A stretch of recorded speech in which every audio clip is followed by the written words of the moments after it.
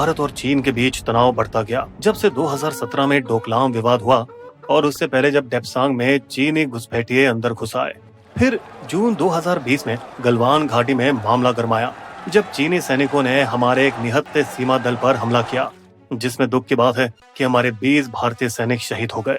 चीन से बदले की भावना भारत में ऐसी फैली कि लोगों ने तय कर लिया कि वे मेड इन चाइना सामान नहीं खरीदकर चीन को सबक सिखाएंगे। भारत सरकार ने भी कड़ा रुख अपनाते हुए बैन कर दिए टिकटॉक, पबजी और 220 दूसरे चीनी ऐप्स। इसके अलावा भारतीय टेलीकॉम कंपनियों को साफ कह दिया गया कि वे हुआवेई और ZTE जैसी चीनी कंपनियों की 5G तकनीकों से दूर रहें। तब तक सबसे बड़ा अस्त्र प्रेस नोट 3 तैयार हो रहा था, जिसने चीन जैसे पड़ोसी देश की कंपनियों से आने वाले विदेशी निवेश को मुश्किल बना दिया। इससे पहले अलीबाबा और टेंसेंट जैसी कंपनियों ने भारत की 30 सबसे तेजी से उभरती कंपनियों में से 18 में पैसा लगाया था। अब उनके और पैसा लगाने पर पाबंदी लगा दी गई।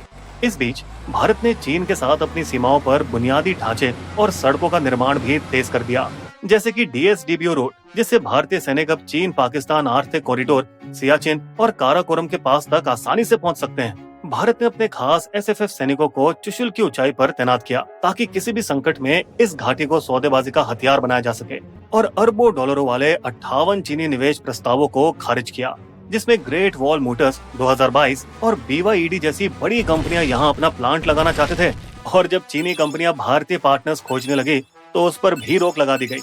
जहां भारत और चीन के बीच में यह आपसी टकराव हो रहा था, वहीं दुनिया का भी नजरिया चीन के खिलाफ कड़वा हो चुका था और सभी चीन जैसे देश के साथ व्यापार नहीं करना चाहते थे, जिससे भारत के संकल्प को और मजबूती मिली। अमेरिकी एप्पल और टेस्ला जैसी कंपनियों ने भारत में निवेश करने की कतार लगा दी। एप्पल ने तो यहाँ तक कहा कि वह चीन से अपना 1/4 उत्पादन भारत में शिफ्ट करेगा। भारत ने बड़े धूमधाम से 14 उद्योगों में कारोबारियों के लिए PLI योजना की घोषणा की, अरबों डॉलर के निवेश को आकर्षित करने की उम्मीद में। शुरुआत में ये कदम कोविड के दौरान असरदार लग रहा था, जब चीन से इंपोर्ट कम हो गया था 11% और हमारा वहां जाने वाला एक्सपोर्ट बढ़ गया था 2020 में 16%। लेकिन ऐसा लंबे टाइम तक नहीं चला, क्योंकि साल 2024 में चीन के साथ व्यापार बहुत ज्यादा बढ़कर 9.83 लाख करोड़ रुपए हो गया था, जिससे चीन फिर से भारत का सबसे बड़ा व्यापारी साथी बन गया। ऐसा इसलिए क्योंकि भारत की अर्थव्यवस्था काफी हद तक चीनी सामान की मोहताज है, जो दूसरे देशों के मुकाबले काफी सस्ता पड़ता है। इसलिए चीन से मदरबोर्ड, सर्किट आदि जैसे इंपोर्ट को कम करने की भारत की चालें कभी शुरू ही नहीं हो पाई।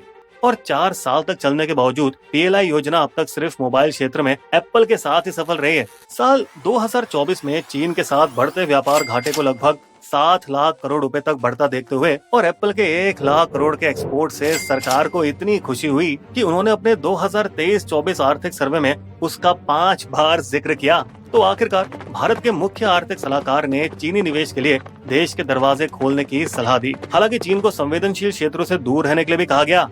ये हमने किया भारतीय उत्पादन और एक्सपोर्ट को बढ़ावा देने के लिए और वैश्विक सप्लाई चेन में भारत की भूमिका को मजबूत करने के लिए।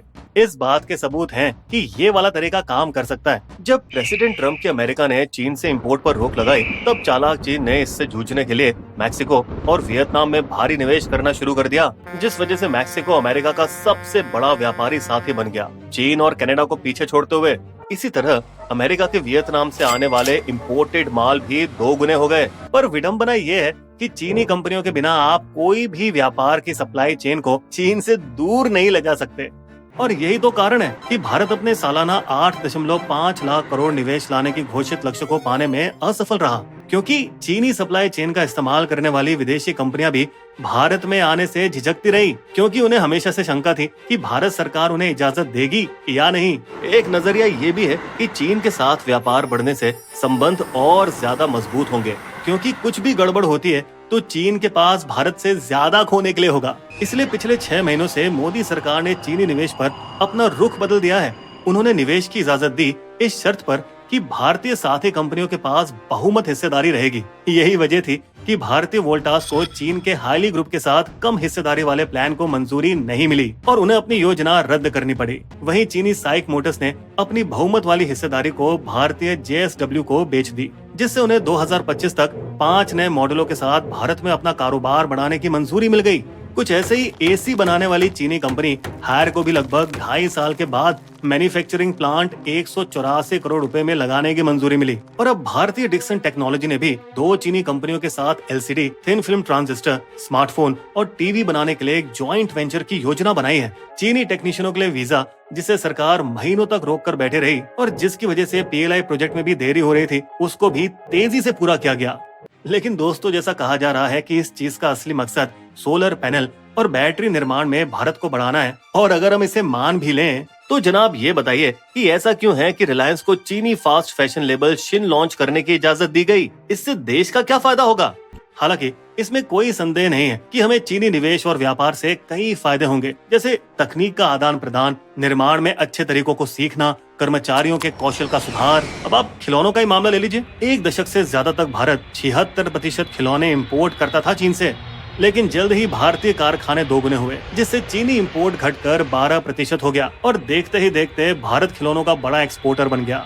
हालांकि ये जानते हुए कि चीन पर पीछे हटना राजनीतिक रूप से शर्मनाक हो सकता है, इसलिए राजनेताओं ने जनता को गुमराह करने के लिए बड़ी बड़ी फेंकी। देश में चीनी निवेश को समर्थन देने के लिए फिलहाल कोई पुनर्विचार नहीं हो रहा। भारतीयों को ये नीति नहीं पसंद आएगी, लेकिन मोदी और उनके वित्त मंत्रालय को एहसास हुआ कि इसकी जरूरत है। देखिए, कोई भी नीति अपने फायदे और नुकसान दोनों के साथ आती है, और कभी कभी दूर की सोच में देश के लिए क्या सही है, ये आज की राजनीतिक भावना से ज्यादा जरूरी है। जब तक सीमा पर भारत की अखंडता से कोई पीछे नहीं हटता, जो इस या किसी भी भविष्य की सरकार में कभी नहीं होने वाला, तब तक सब चंगा सी। बिस्बो की शायरी। डोकलाम के बाद गिरा चीन के संग व्यापार, पर अब फिर से जुड़ है धीरे धीरे तार। चीन के संग इस प्रीत का बस विकास आधार, देश की सीमाओं पर नहीं कभी सहेंगे वार। हमारे वीडियो कंटेंट के सोर्सेस आपको डिस्क्रिप्शन में मिल जाएंगे।